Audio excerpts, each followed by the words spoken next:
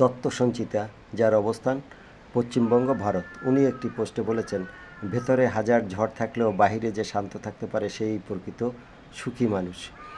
খুব সুন্দর একটি পোস্ট। আসলেই জীবন চলার ক্ষেত্রে আমাদের প্রতিটা ক্ষেত্রেই অনেক সময় আপ ডাউন থাকে, ভাঙা গড়া থাকে। তারপরেও যে বিপদে সঠিকভাবে বা নির্বাক থাকতে পারে সেই প্রকৃত সার্থক মানুষ। অসংখ্য অসংখ্য ধন্যবাদ দত্ত সঞ্চিতাকে।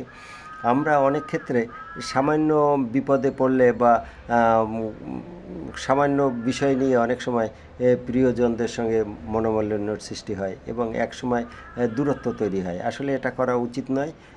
দেখা গেছে যারা প্রকৃত সার্থক মানুষ তারা কিন্তু অনেক কিছু মানে হজম করতে পারে, আর যারা অল্পতে ভেঙে পড়ে তারা আসলেই কখনো সার্থক হতে পারে না।